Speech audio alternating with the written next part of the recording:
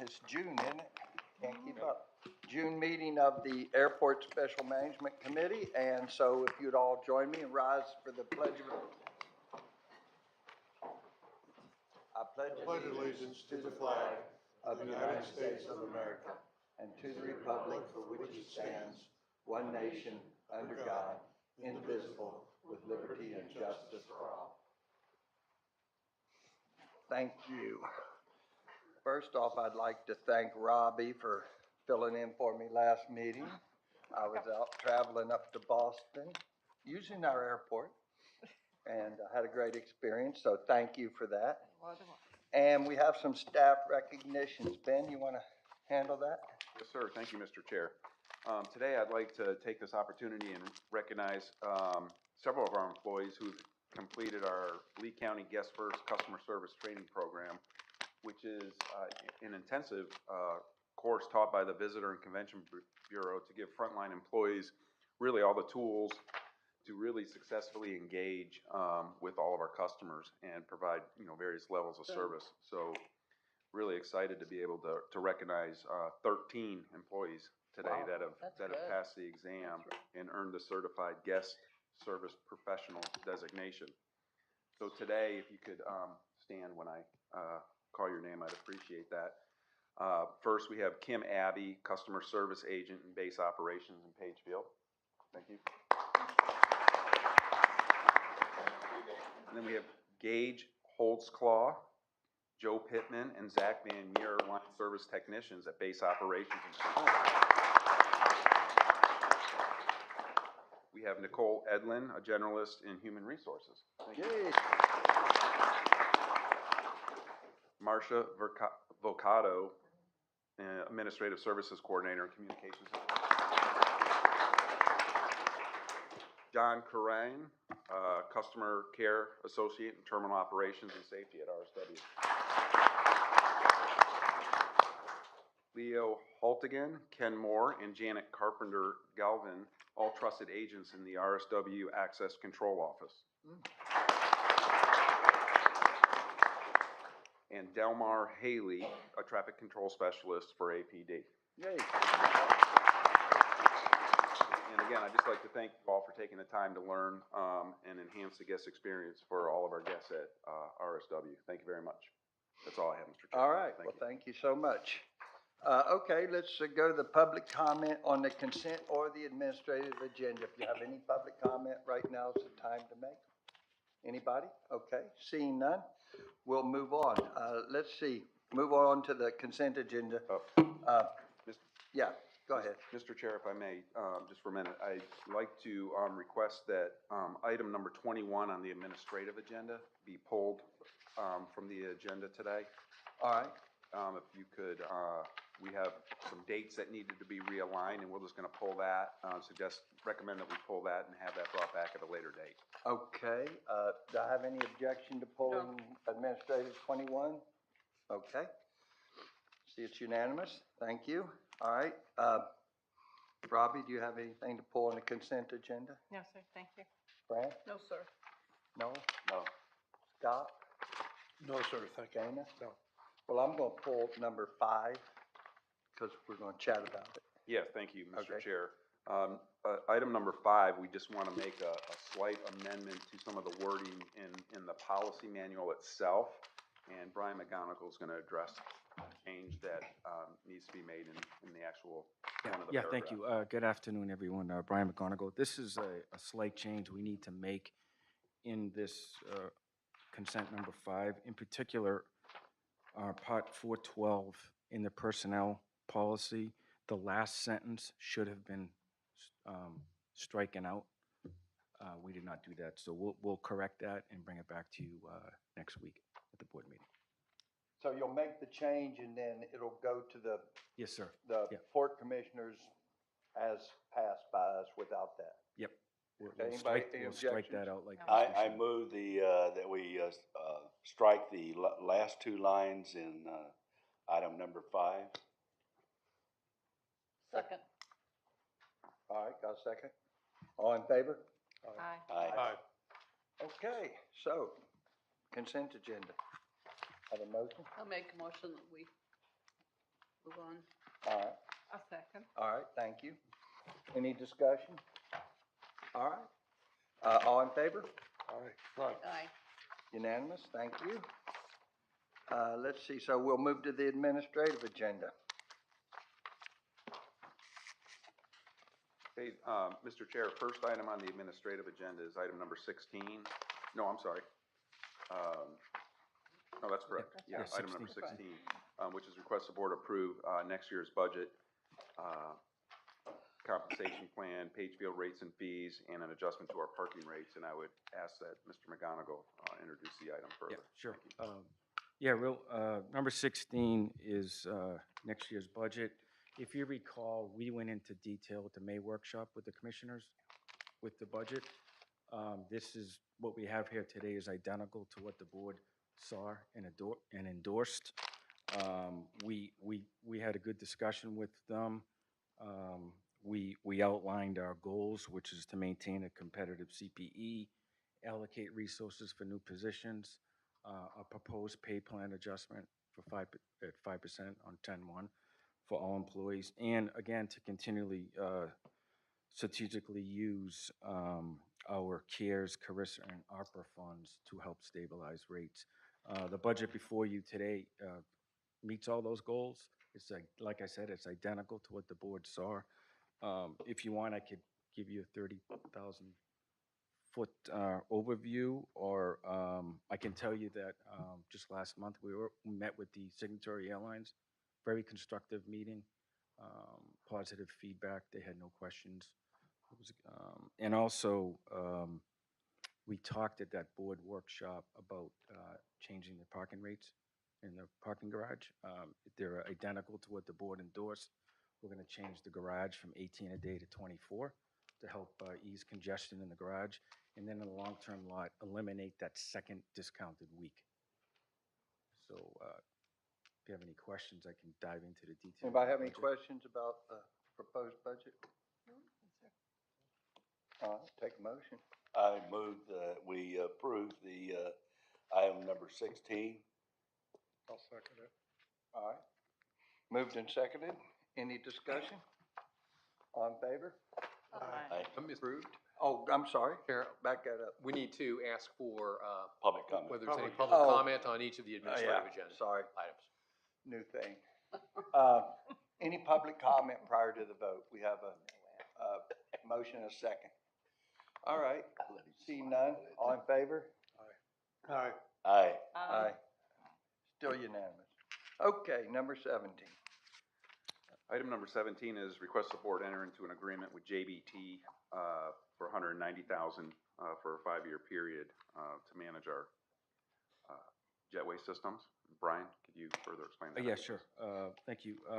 In November of '21, we completed the replacement of all of our jetway bridges, all 27 of them. With that project came this robust maintenance system that alerts our maintenance department of any performance or safety problems with any one of those jet bridges. That system came with the project. It's supported through the next couple of months. It's now expiring. We negotiated with JBT to extend for 5 years. With that 5 years, they gave us a 5% discount. So the system is really important to us and our maintenance staff to keep those jet bridges safe. It's a 5-year agreement totaling $190,000. If there's any questions. Questions? What's that? What do they do for that? I'm sorry. I should have raised my What hand. does this system do? Yeah, no, what does JBT do for that, for the 190,000? This JB, it's a software maintenance agreement that they own. They don't actually turn wrenches and, No, they Okay. do not.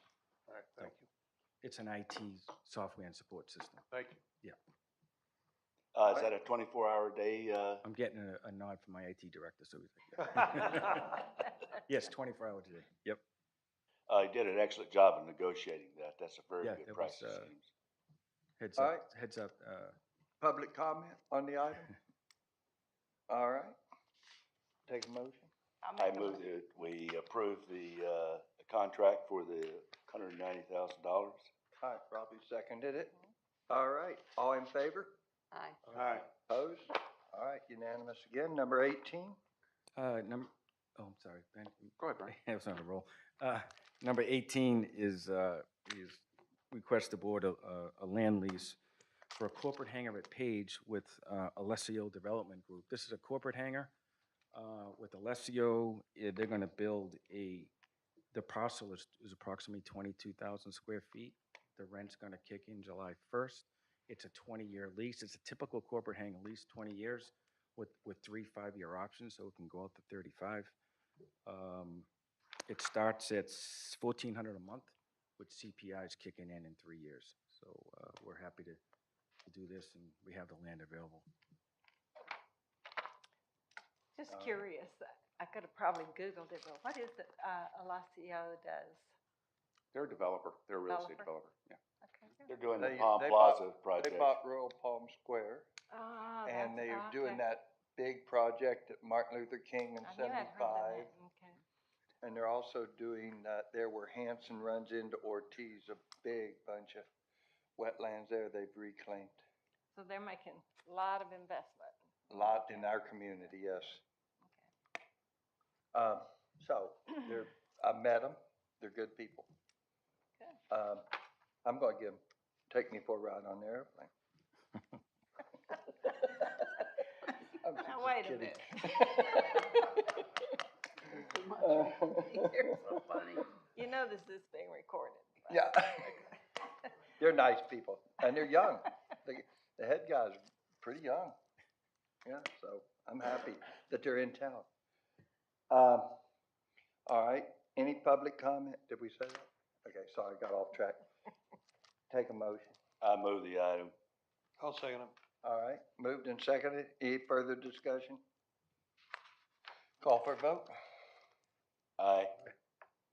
Any opposed? Unanimous. 19? 19 is very similar. It's another corporate hangar. It's request the board approve a land lease for construction of a corporate hangar with Powers Consulting Group. Very similar. This site is a little bit bigger. It's 28,500 square feet on the north side near the other hangar. Again, 20 years, 3 5-year options. Kicks in July 1st. Rent starting at $1,700 a month. Again, this is Powers Consulting Group. I should have asked this yesterday, but does that include ramp space for them? Yes, it does. Yeah, the 28,000 is the ramp space. The actual building. Same thing with the one we just. Exactly. Yeah, the actual, looks like the hangar and office space is about 4,400 of that. Thank you. Yeah. All right, public comment? Okay, take a motion. So moved. All right, Robbie, second. Second. Okay, any discussion? All in favor? Aye.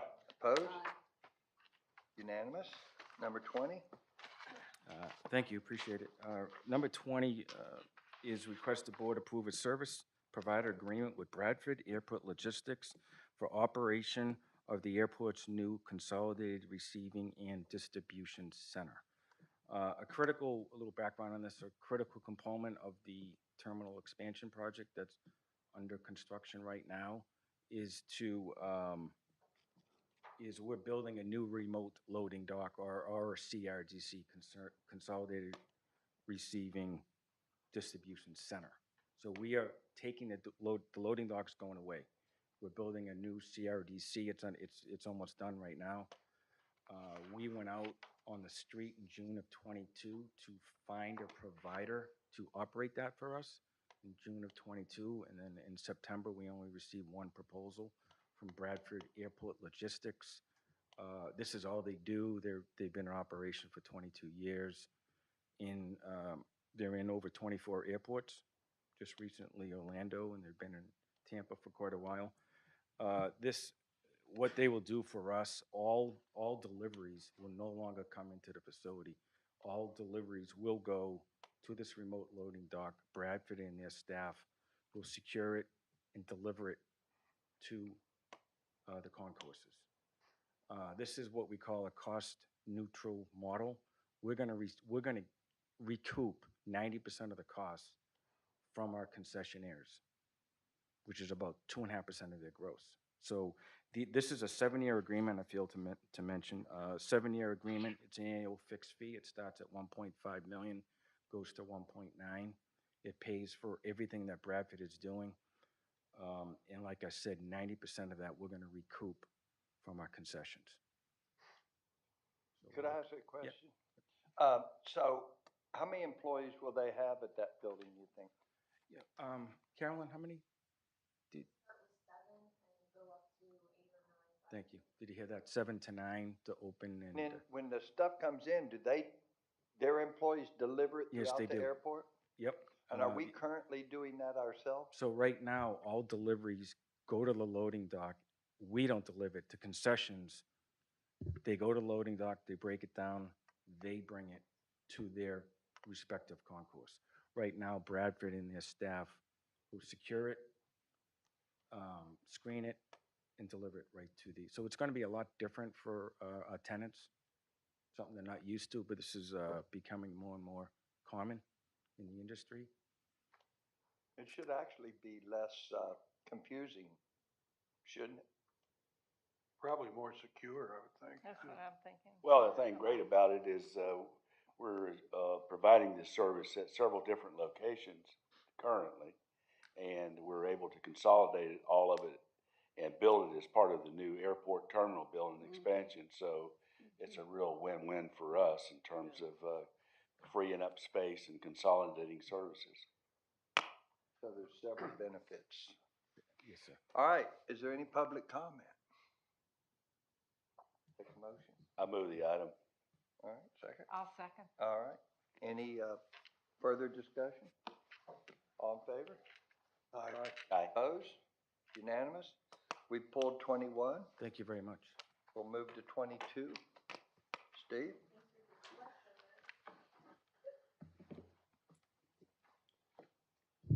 Good afternoon.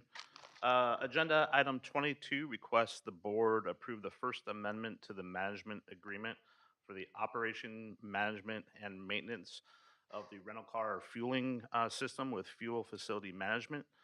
This would extend the initial term of the contract for an additional 2 years as provided for in the original amendment. Or, correction, agreement.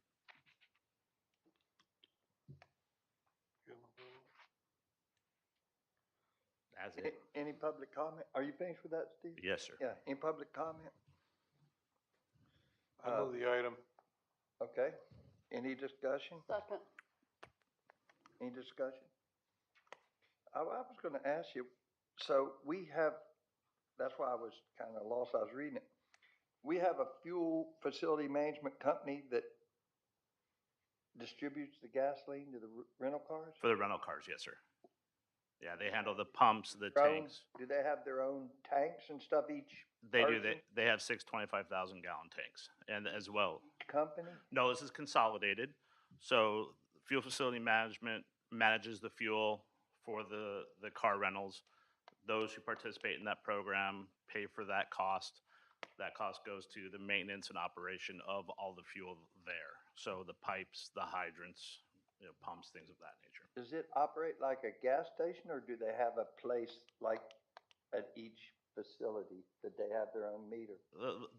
There's 48 different, I believe it's 48 different pumps, fuel pumps. So some across, some are over here by the parking garage. So it's in 2 different locations. And we're building a new facility for the rental cars, right?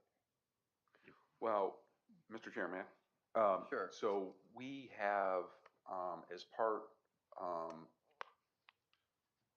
of our capital improvement program, we have a project to relocate the service facilities for the rental cars, expand their ready return facilities, and also expand some parking in our garage. The fueling part, the fueling part of the operation is not going to be expanded, I don't believe. Is that correct, Mark? Or is it? Good afternoon, Mark Fisher. I think to answer your question, there's a central tank farm and have individual fuel dispensers for each rental car. And there's Right. pipes on the ground that connect them. So we'll be adding fuel dispensers as part of the project and adding some fuel dispensers probably at their new service facility. which may result in a new little, smaller tank farm. But we're not doing anything duplicate right now. No, sir. No, sir. All right. Any public comment?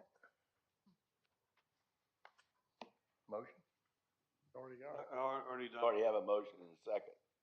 Guy moved and, All right. All in favor? aye. Aye. All right, opposed? Unanimous? Go to 23.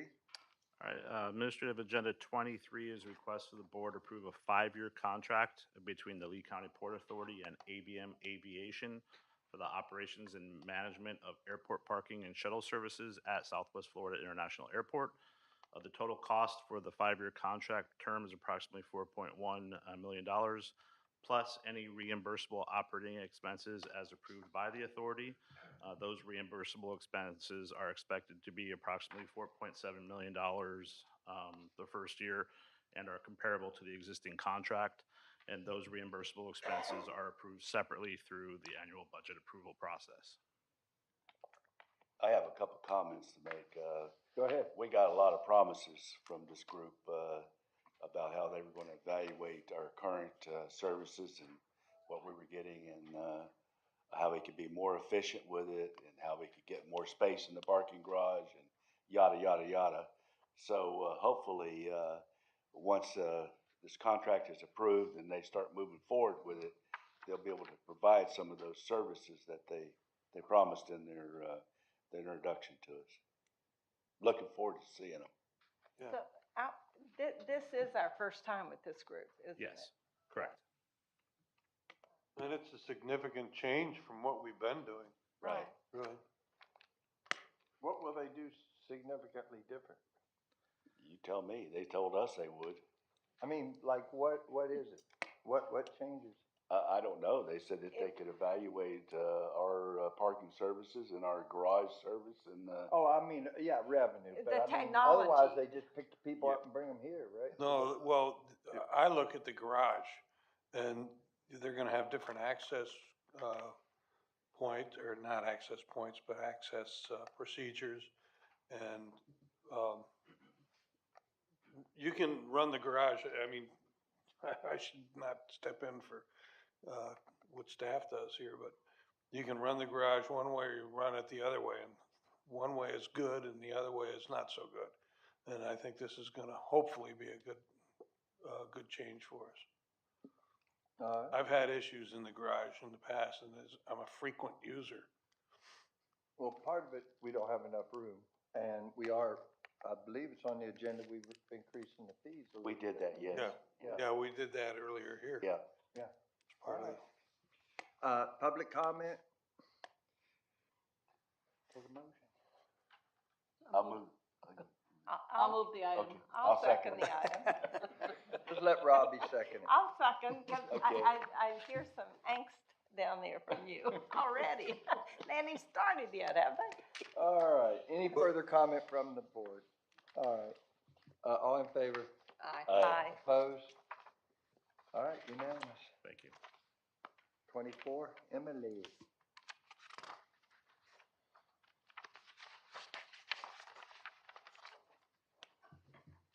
Good afternoon, everyone. Emily Underhill for the record. For item number 24, in November of 2022, the Port Board authorized an agreement with Schenkel and Schultz to perform design services for a new public safety building, approximately 18,628 square feet, and an additional 6,900 plus square feet for future expansion, to be located along Air Cargo Lane just west of the new remote loading dock facility that Brian spoke about just a bit ago. The new facility will relocate APD functions currently located in the terminal building and provide for a new airport emergency operations center and a backup location for aircom dispatch operations. Since November, Schenkel and Schultz have developed a concept of the building and the needed site improvements. Staff has now negotiated a task with the consultant to prepare a full design, conduct necessary permitting, and provide construction bidding assistance. Staff asks that the committee endorse the contract amendment in the amount of $1,080,504, which provides for these services. All right, any public comment? I'll move the item. Second?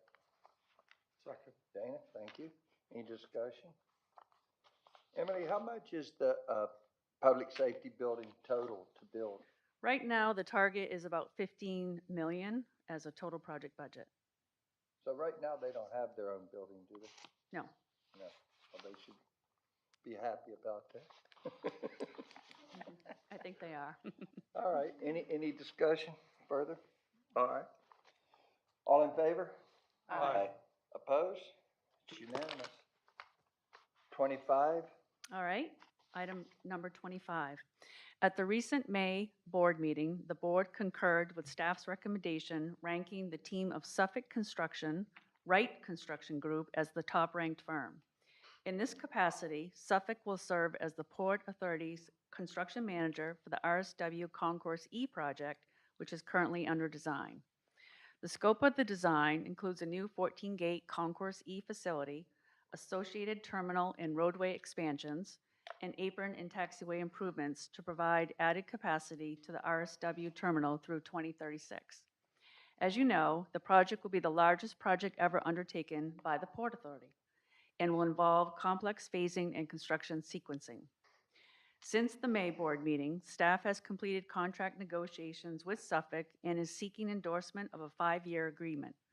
The second part of this agenda request includes the first task, which provides for pre-construction services to assist the design team.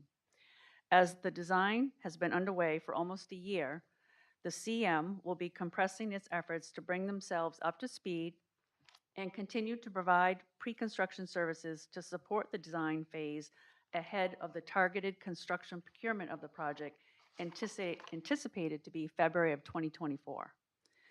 At this time, there are many details to work out, such as defining applicable funding eligibility for the many different pots of money that is anticipated, and how the construction portion of the project will ultimately be procured to the subtrade bidders, whether through a construction manager general contractor delivery or general contractor hard bid delivery. Until these questions are ironed out with the help of the CM on board, this initial task is to provide pre-construction services through the 75% milestone of the design process. A follow-on task to complete pre-construction services through the balance of the design process and to perform bidding services will be brought to you later this year. The involvement of the CM firm during the further development of the design is critical to the project's success, so we ask the committee today to accept staff's recommendation to approve this contract and the related pre-construction services task in the amount of $1,520,230. thank you. Any, public comment? Okay, very good. Take a motion. Question, please. And staff is very comfortable with going ahead and getting started before you have everything all ironed out. Do you typically iron out all these things before you get started? Yes, I mean, this is just a normal progress. I mean, things will evolve during design and we'll get a better understanding of what types of funding we'll be hopefully able to secure in the project, and that will help to identify some of these issues related to the future procurement. Okay, so everything you're doing under this is the norm? Yes. Yeah. Okay. very good. Absolutely. Just want to make sure. I had a question. When is that 75% design threshold expected to be? It's expected in November. Okay. Mhm. Very So we'll good. probably be coming to the November board for that next task to finish, the balance of the design and then do the procurement activities. All right. Any other discussion? I'll take a motion. I so moved. I'll second it. All right, thanks, Scott. All right, any other discussion? All in favor? Aye. Aye. Opposed? Unanimous? And now Mark is going to give us a update on the master plan. Yes, sir. Good afternoon. Mark Fisher for the record. Administrative item number 26 is the fourth and final presentation regarding the RSW Airport Master Plan update. It's been a 2-year effort developing the airport's 20-year vision for the future. And with your endorsement today, we'll transmit the master plan documents that are attached to your agenda to the FAA and FDOT for their review, comment, and approval. So with that quick intro, unless there's questions of me, I'll turn it over to Mike Arnold with ESA, and he'll walk you through the final documentation.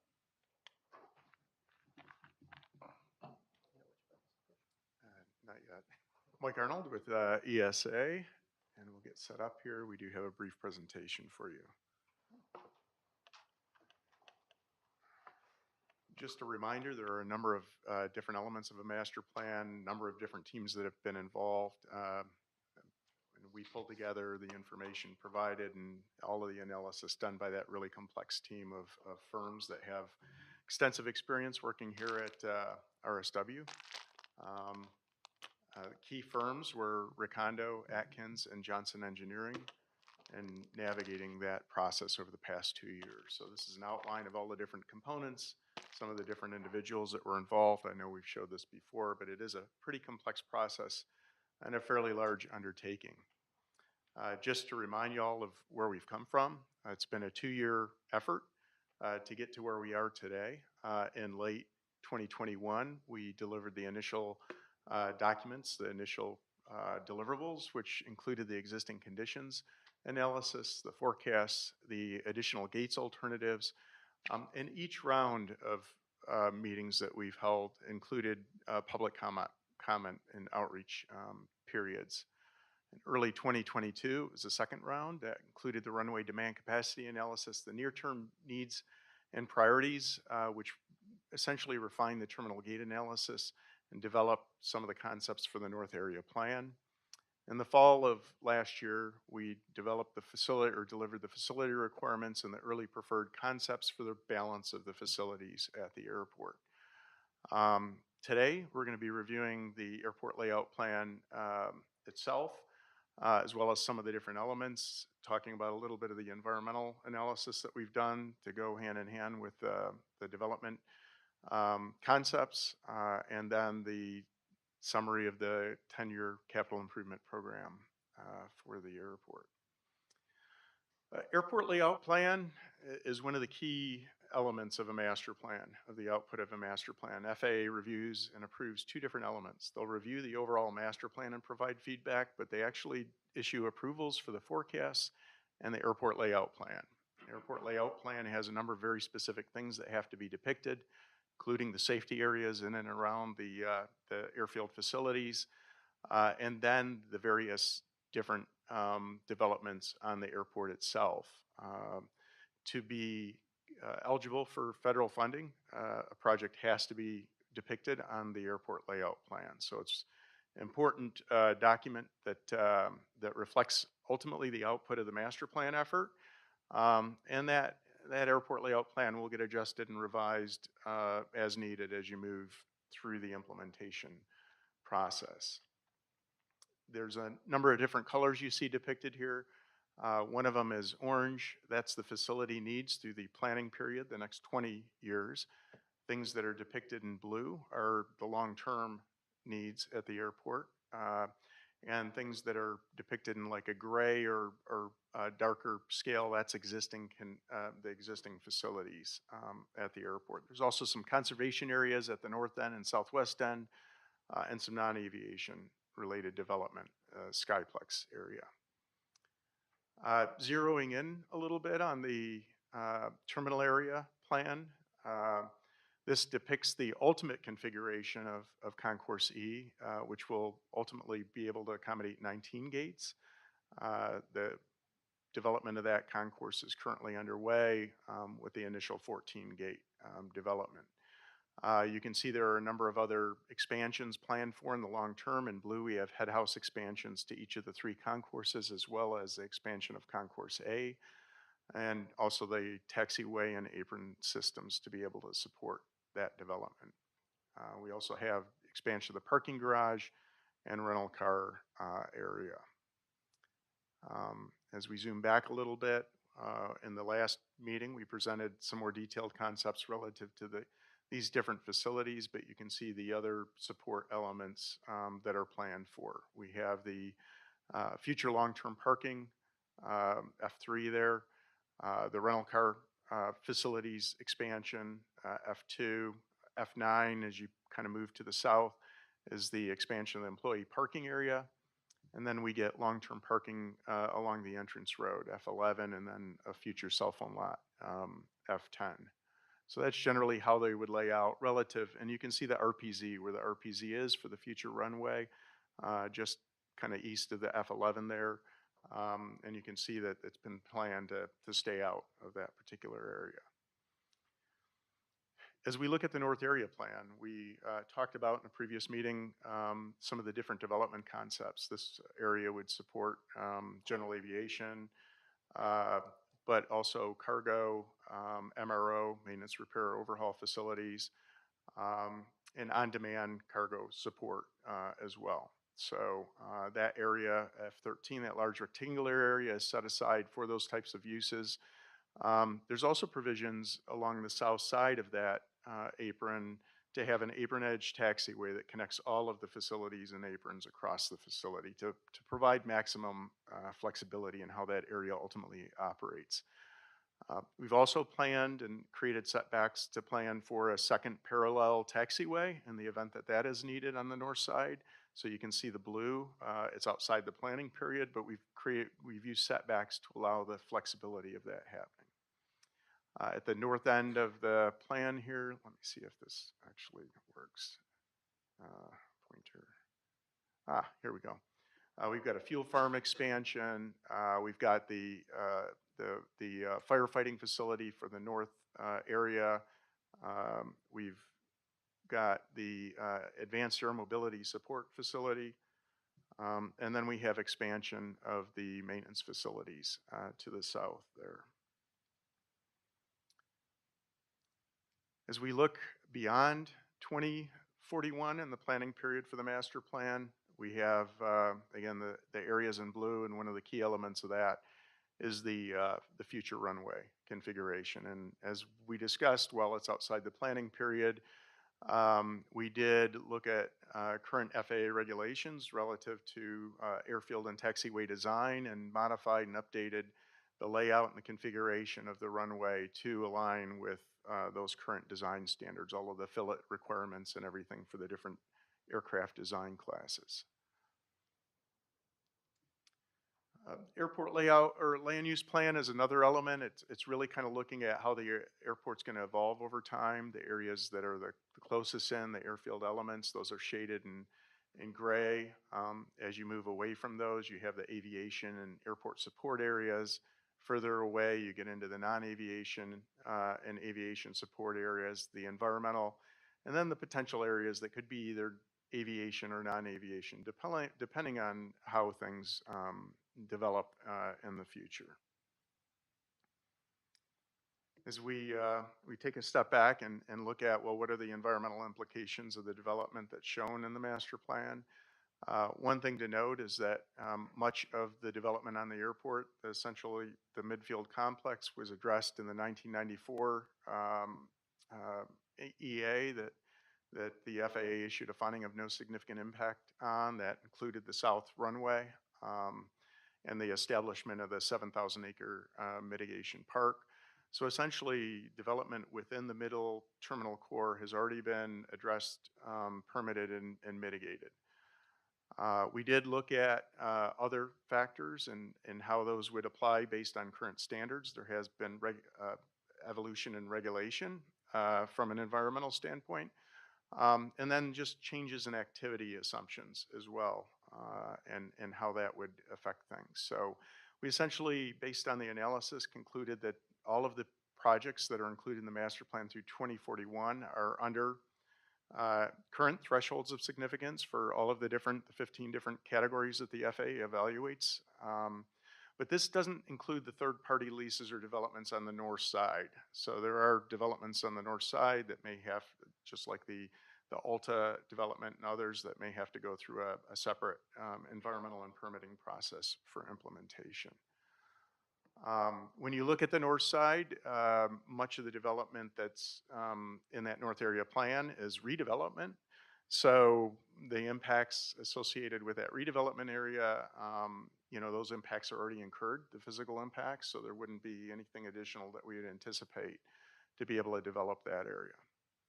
We did run a noise model as part of the effort to understand what the noise conditions would be and whether there were any non-compatible land uses. FAA considers the blue contour the threshold of significance from a federal standpoint. We also ran the kind of magenta and then the dashed contour. That's the 60 and the 55 DNL contour. Lee County code currently has overlay that goes out to the DNL 55 for notification of any community members that live within those areas, and restricts development within the DNL 60. And we don't have any current development anywhere close to the DNL 60 contour that would be considered non-compatible with aircraft operations. When we do overlay the long term, we looked at 2041 plus, when the new runway would come online, what the noise conditions would be at that point in time. Again, with the exception of this very small area right here, the blue boundary stays, the DNL 65 stays completely on airport property. The other boundary, the 60, goes off, but there are no noise sensitive uses within those areas. As we looked at the land holdings for the airport, one of the things that was being recommended as part of the master plan update back when Timber Trails was acquired, this rural ranchette area, kind of northeast of the airport, there was, the aircraft were a lot noisier. I think the south runway was planned to be longer. As a result of refinement over the years, that area is now well outside what we anticipate to be the future noise contours in the future. So this is a 2041 plus, so it's actually 2043 when we anticipate the new runway would come online. And we're still well outside the DNL 60 contour with those properties. One of the recommendations is to dispose of those properties. They do require ongoing maintenance and security, so they are a draw on resources. So it'll allow you to sell those properties and get that as revenue. So one of the things to note is that the FAA's airport compliance land, that's one of the things that they note, is that shouldn't just sit on land holdings. If you don't need them, go ahead and liquidate them, use them towards the resources you need to develop the airport. So as we look into the wetlands and wildlife side of things, everything within this purple boundary was addressed as part of that 1994 study. So the main areas that we'd be interested in are these areas of development to the north, and perhaps in this area if we're ever to be developed. As I indicated, this area has all already been impacted as a result of the existing development, but you would have to potentially consider impacts to wetlands and wildlife in those other areas further to the north there. The one key thing is that, Lee County, and they've done it and continue to do it, and we've mentioned it previously, to keep those permits active and make sure that they remain relevant when you go to implement some of those other components of the development program. From an air quality standpoint, we did generate emissions for a variety, all of the additional, the national ambient air quality standards. There's a number of them that are identified here. We looked at what the air quality emissions would be. Right now, Lee County is in attainment for all of the national air quality, ambient air quality standards. So we don't anticipate anything from an air quality standpoint that would trigger any exceedances that would require or limit your ability to develop anything that's currently in the plan. Shifting gears and looking at kind of big picture, what are we looking at as we start to look out into the future, the size of the program? This is just a couple dot points for a very big number. So as you start to look at the long-term capital program, in the next 10 years, there's 36 projects that we've identified, total cost estimate of about $1.8 billion. So pretty big number, but that would come through a variety of different funding sources, through airport funds and revenues. and through federal and state grants, as well as user fees, passenger facility charges, customer facility charges, et cetera.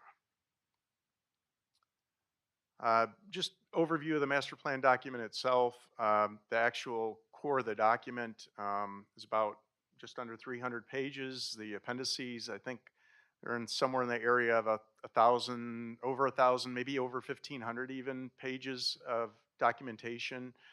It really coalesced about 5 years of planning effort that was undertaken, even leading up to and prior to the master plan, into one comprehensive document. So it attempted to pull all of that effort and work done into a cohesive document. Took us just about 2 years here, and by including it, having these projects outlined in the master plan, that's one of the things that the FAA wants and FDOT wants to know. They want to know that when they're providing grant funding for projects, that there's been good planning around it, that you're not going to develop something and then say, oh, we didn't mean to do it there, or, oh, oops, you know. They want to know that the dollars are going to be implemented in a thoughtful manner. So we've transitioned throughout. We had 4 rounds of public presentations. I have some of the comments that I'll talk about in a second, and coordinated with Lee County staff as well.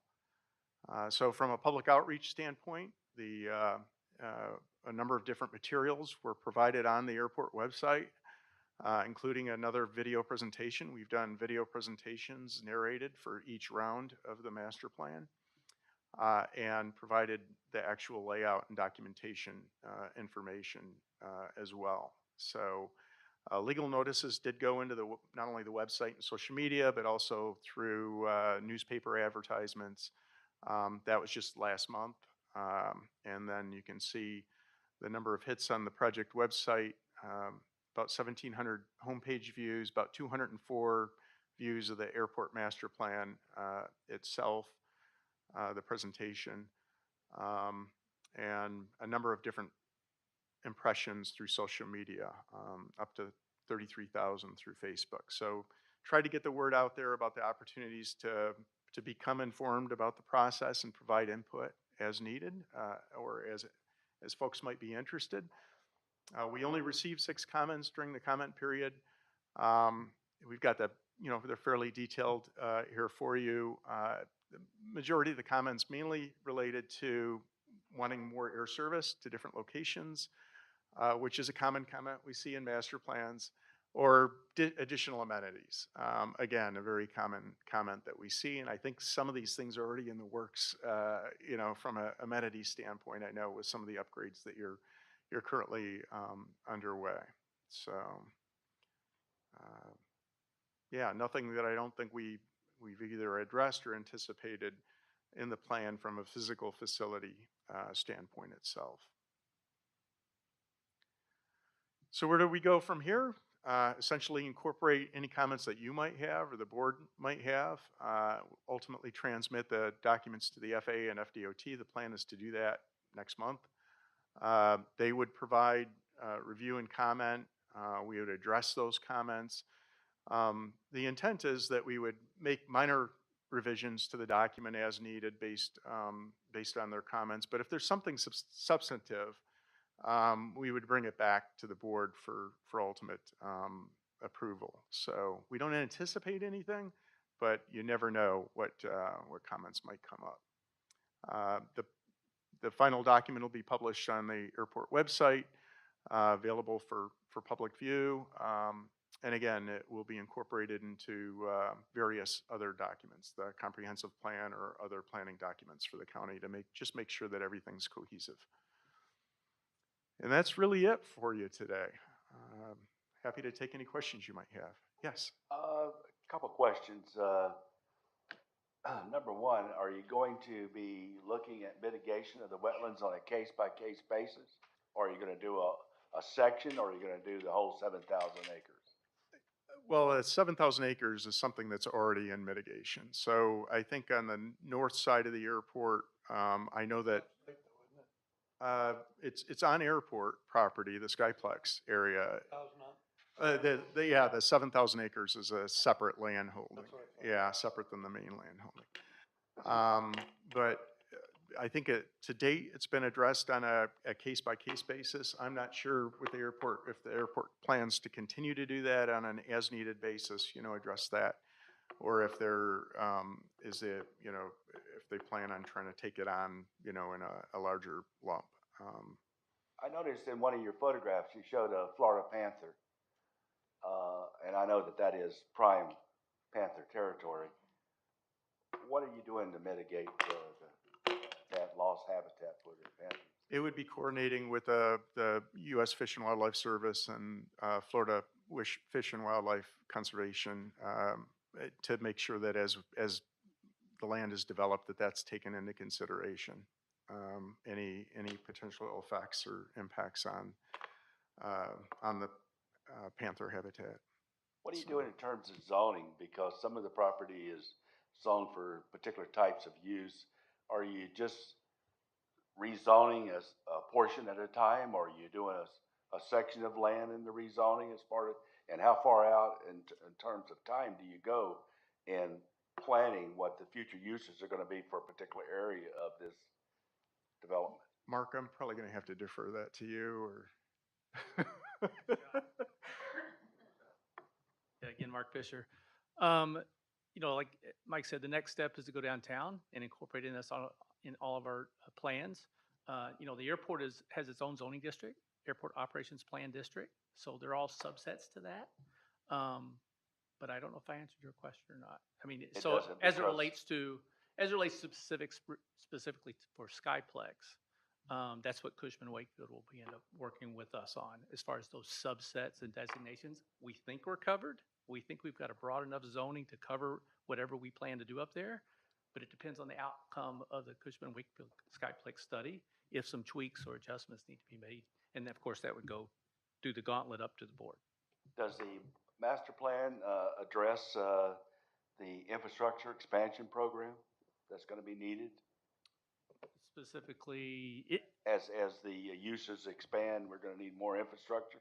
As far as the aviation facilities, and again, that's what Mike's target is as far as the master plan. As far as the aviation facilities, roads to serve our passengers, our terminals, taxiways, runways, all that stuff, yes, that's the focus of the study. As it relates to the non-aviation, which is, for instance, the Skyplex area, that's an independent analysis that, again, Cushman Wakefield effort will help fine-tune that and what may be enabling projects and what may be a third-party initiative. What's the major takeaway from this master plan revision? Major takeaway. I guess lots of opportunities. I think the original relocation of the terminal from the north side of the airport to the midfield and expanding the area that the airport had to develop. I mean, as we look forward, it seems like a very smart decision. The demand for the region from the regional standpoint continues to be strong. We've seen a huge population influx, over the last few years.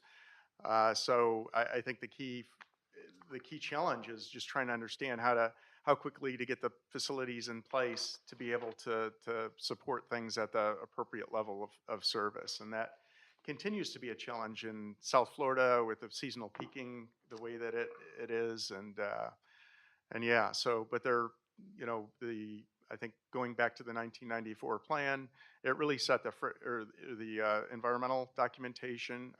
It really kind of set the framework that is still being carried out today. So. Well, I was just wondering because I was on the local planning agency for that 94 plan, and I really don't see a lot of changes in this plan than what we saw 20 years ago.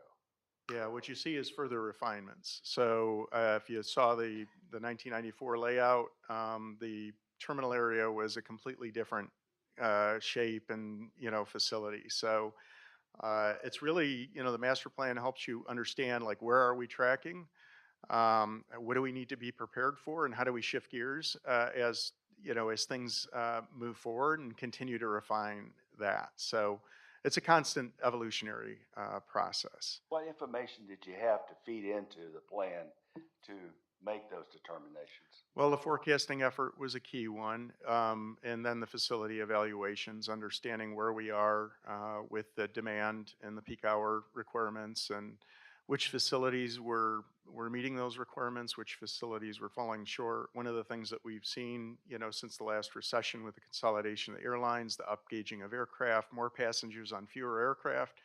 So, back when the EA was done in 1994, we thought that runway would be coming online much sooner, but that's one of those things that would shift gears a bit because, it's not needed quite as quickly. So, Thank you very much. yep. And I'd like to just add, the fact that it had been so long since we updated this, one of the big takeaways is, and you're right, Noel, there wasn't drastic changes, but we've refreshed our plan and for funding. Funding is a big key to this and being eligible for funding from the FAA's perspective. So refreshing, this is a very dynamic, things change on a regular basis. As Mark alluded to at the very beginning, you should be updating these things every 5 years. So the fact that we've gotten to this point, we've got a new 20-year plan that we're going forward with. We've refreshed our entire master plan for the next 20 years. We'll continue to keep it current and make sure that we're eligible for federal funding. That's going to be a big takeaway for us. So. It seems to me like we do get a little more specific each time to where things are probably the only place you're going to be left to go. Well, we know more. A big picture in 94. We know more. Our 20-year plan, as we get closer to those, the 2041, as you move closer, you're going to know you're going to have a much better idea exactly what those projects 15 years from now are going to be looking like, where they exactly need to go, what the refinements are. Just like, these projects that we're doing now were more of a vision. We weren't exactly sure whether it was going to be a 8-gate concourse. Now we know it's 14, expandable to 19. We didn't know that 20 years ago, but we know that now. So, All right. Go ahead, Scott. Very good line of questioning, by the way, Thank you. Noel. Appreciate it. How much, I don't know, for lack of a better term, how much fluff or space do we have involved in this plan? And the reason for the question is, my experience is we have a high growth area and people come back in, and how many times have we all heard people say, well, the way we do it up north, okay? And I have a real concern when we're doing a plan. We're doing it by current rules and regulations, but they tend to change. And they tend to change because as people come in, they think about different things. That's why I was asking about the land mitigation area, the 7,000 acres. It's off-site. What if we need more and it's not available? And, do we have a contingency for that? And the DNLs, when you had the first slide up there, we only showed DNLs for our existing runway. So one of my questions was, do we have DNLs for the new runway once we build that? And will the rules change and will the neighborhoods change by time, the next 20 years when we expect to bring that second runway online? Are we going to have to deal with a whole new set of rules and regulations? And when you have a high growth area, you have a malleable population with new ideas and new thoughts and and different political concepts and different political thoughts and different environmental thoughts and so forth and so on. The rules change. Do we have a contingency or some fluff that we have in here? Yeah, I would just say that there's a lot of ability to expand your gates. You have, we did look at that kind of an ultimate build scenario, and I honestly can't remember off the top of my head how many gates we can accommodate, but it's a significant increase in gates. And as you start to look at the other development, you start to go vertical. So parking garages, you take some of your surface lots and you start to convert those to parking garages. You start right now, you're building them as surface lots because it's way less expensive, right? You have the land available. As land becomes more in demand and more of a priority, then you have to look at other strategies. And there's a cost factor that comes with that. So there There's definitely a lot of opportunity in the midfield area to continue to grow and expand the facilities to support the airport operation. Fortunately, the 7,700 acres or 7,000 acres we talked about from a mitigation standpoint, that already addresses the full impact to the midfield in that area. So as you continue to grow that or go vertical or do whatever you ultimately do as time progresses, it gives you, the flexibility to do that because you've already addressed those impacts. I think one thing just to note as I think back, I think the last master plan was completed actually in 2003 timeframe. Midfield terminal wasn't even open yet. We didn't quite know what was going to happen and how that was even going to play out, right? So, and how quickly additional gate needs would be. But, it was definitely a landmark time in the airport's development with the opening of that midfield complex, and now we can see how it's kind of played out. And there's been a variety of different refinements and tweaks and things like that to the facilities as time has gone on. But this is kind of that, like, let's step back and readjust things. We know there was a lot of planning and a lot of the facilities were laid out for Group 4 aircraft. Well, Group 4 aircraft aren't going to exist in about 6 or 7 years because they're all being retired in the U.S. So it's all Group 5 or Group 3. So everything that we did as part of the master planning process here and the design process for the new concourse was focusing on those classes of aircraft that are a little bit different, making sure that we're building that need into it. So, But we have an airport. We have two of them. But as to RSW, things change. And when you have an airport, people tend to build around it. They want the convenience of the airport, and then they're upset by the noise it makes or the pollution and, air quality. And what are you doing to the wildlife? And, you're going to get people who are going to complain. And I just wonder, do we have this mentally in our head? Because these are expensive. This long-term planning process is darn expensive. And you don't want to have to do that every year or every time some new organization comes along and complains about this or complains about that. Do we have a contingency for that? And do we have that in our head? one important thing that the county did was actually implemented measures that are probably stronger than just about any airport in the country.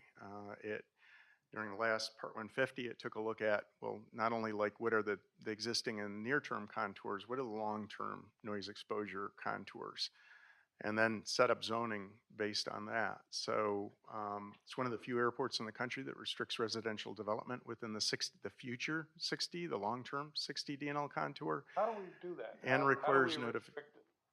It's actually in your zoning code. You're not allowed to develop In residential. the Lee County zoning code or in our? Lee County zoning code, yes. Noise zones Yeah. controls it right now. Residential only or? Residential and commercial? noise sensitive uses. And Also non-residential churches also? and stuff like that. Yes, yeah. And then the disclosure part of it, that's also a key element because it's trying to at least make sure that people that are moving within those areas that are closer to the airport are informed that they may be moving into an area that they may be exposed to overflights, Nothing is gonna, unfortunately, we see the airports that go on, we see what happens in Denver, they still get tons of noise complaints. They built in the middle of nowhere, the biggest landmass airport out there, and Now, there are law firms that specialize in trying to curtail activity at airports to appease the public. And, there are those of us who can't sleep at night if we don't have airplanes going overhead. And then there's there's those that complain if an airplane flies within 5,000 feet over their head. I find it very, very frustrating. We're dealing with that in Naples, which is my position on this body is representing Collier County. So I have some experience with that. And I've been doing it for damn close to 50 years. And I get skeptical. And this is not a criticism. I just want to say, are we doing, do we have an element of this plan that considers what might come about? Because when the Naples Airport was built, it was out in the country. And all of a sudden, and when this airport was built, it was out in the boonies. And it's filling in quickly. Yeah, I was a project manager for the recent noise work at Naples, so I know exactly Now you- yeah. what you're talking about firsthand, so. Finish the plan Yeah, down there, and yeah. I think it's about to be submitted if it wasn't already. Yeah, yeah, it went into the FAA last week. Last week? Yeah. Okay. So, and you know some of the issues we have there. Absolutely. And, I find it very, very frustrating because, again, if I hear one more person saying, well, the way we do it up north, or the way we do it at our airport in New England or California or wherever, and that all of a sudden is something we have to deal with as owners and operators and supporters of the airport. Yeah, this airport's done more to try to protect the area around the airport than virtually any other airport in the United States. So when it comes to the zones that have been adopted. So you say there's not gonna be any stage 4 aircraft? No, stage 4 are phasing out. They're not building them, no But we're new still with aircraft. stage 3 and. Well, when I say five? stage, I'm talking about the size of the aircraft, group 5 and group 3. I might have said stage earlier, I meant You group. didn't, Okay. Yeah, you didn't, and that, Yeah, so the group 4 aircraft are no longer essentially being built. They've made the group 3 aircraft longer. So you're seeing the 737 Maxes and things like that. They're just longer fuselages, fitting more passengers in, and then you've got your larger wide body aircraft. That kind of the group 4 is no longer something that's really what would be an example of group 4? 757. Oh, 57? Yep. All right, anything else, guys? Appreciate it. Public comment on the master plan? Thank you, Mike. Yeah. Appreciate it. All right, take a motion to approve. Is that what we're doing? So moved. How about you need No, we public don't comment have to first? take he did, Okay. Yeah, I but I did. don't think, I'll do it again if you want. no.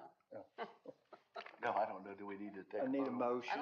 Yeah. What are we motioning? I'll make a Do need a In motion. public comment, Yeah, the request is to approve Oh, the Okay. I draft approve master the plan. presentation today on the master plan and the direction that we're going.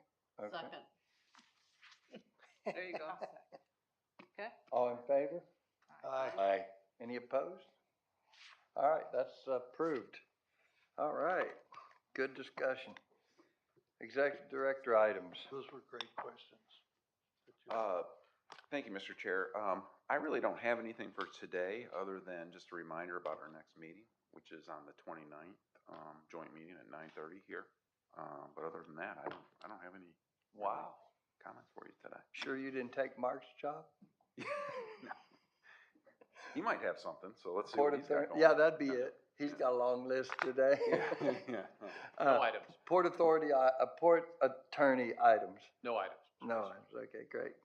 I don't have anything other than good meeting. I think the plan's good. The thing about a plan is it's just a plan. You can change it if you need to, that's the It best just part. gets more expensive to change it than if you can build this stuff in, before But the it'd final be- invoice is It'd be really submitted. expensive not to have one, wouldn't it be? Yeah. Yeah, that's for sure. All right, any other comments from the ASMC board?